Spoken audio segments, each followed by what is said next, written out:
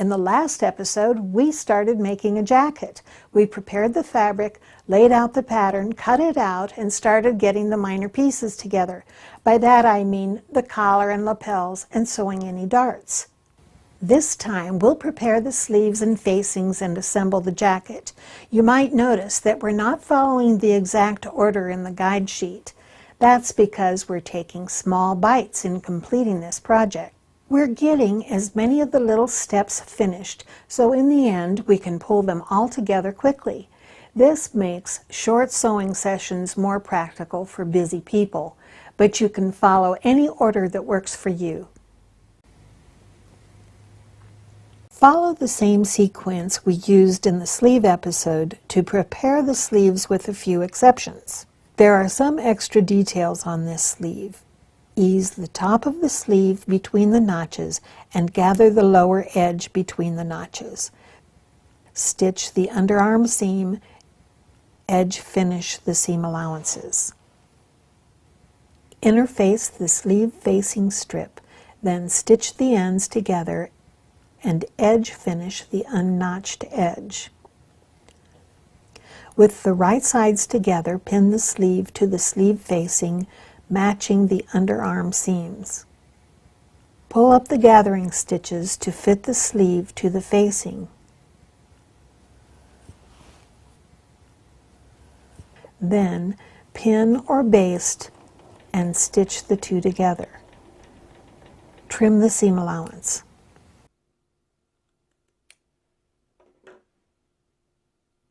Understitch the facing, then turn the facing to the inside, press just the edge. Hand tack the facing to the sleeve at the seam and about every 2 or 3 inches. Tacking is just taking a few stitches in one place. Now set the sleeve aside. Sew the center back seam and shoulder seams and press them open. Stay stitch the neckline by sewing through the single garment layer, up the front, over the shoulder, and around the neckline to the center back. Then start on the opposite side at the center front as before and repeat. Make the stay stitching a generous 1/2 inch from the cut edge.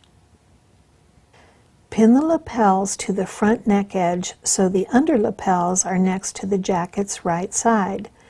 Match the small and large dots to get the placement right. Pin the collar overlapping the lapels on the neck edge, aligning the center back and large dots.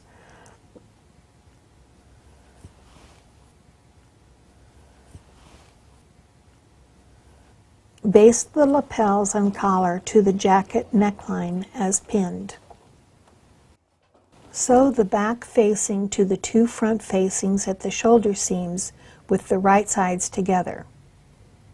Press the seams open.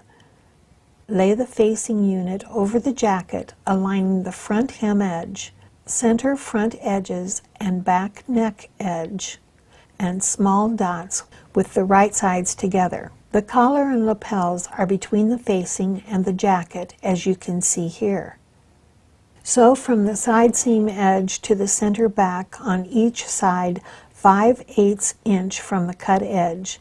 Then trim the seam allowances and corners, clipping curves as necessary so they bend freely. Next, understitch the facing. This is reinforcing stitching that keeps the facing in place and the edges looking clean.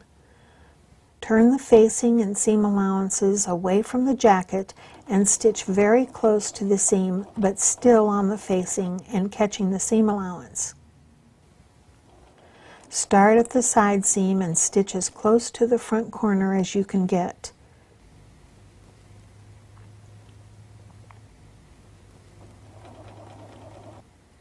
Then start again on the other side of the corner and stitch up and around the neck, continuing until you are back to the opposite side seam. Then turn and press the facing back over the seam allowance. Pin the fronts and back together at the side seams. Fold the front hems down and include it in the side seam as you sew it. Press the seams open and the hem up. Finish the raw edges. Since the front of this jacket can fall open, the facing edge should have a nice finish.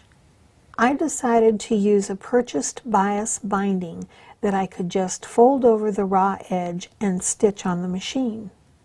Start at the side seam and apply the binding all around the facing edge until you return to the place you started. Turn the end of the binding under before you stitch over it.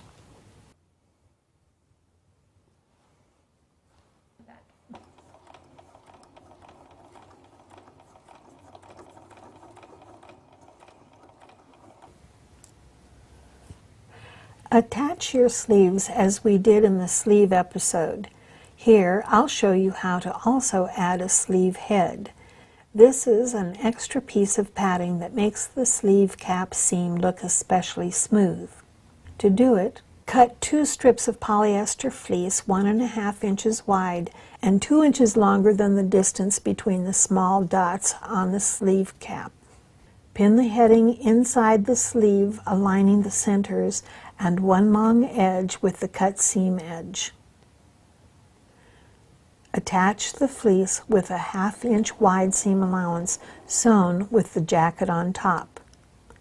Here you have a perfectly set sleeve and a lovely jacket. All that's left is sewing an invisible hem by hand.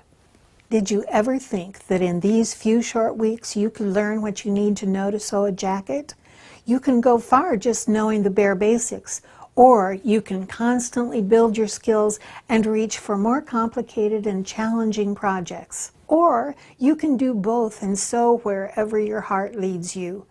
Welcome to the sewing community. I'm Judy Newcomb for Threads Magazine, and I'll see you the next time.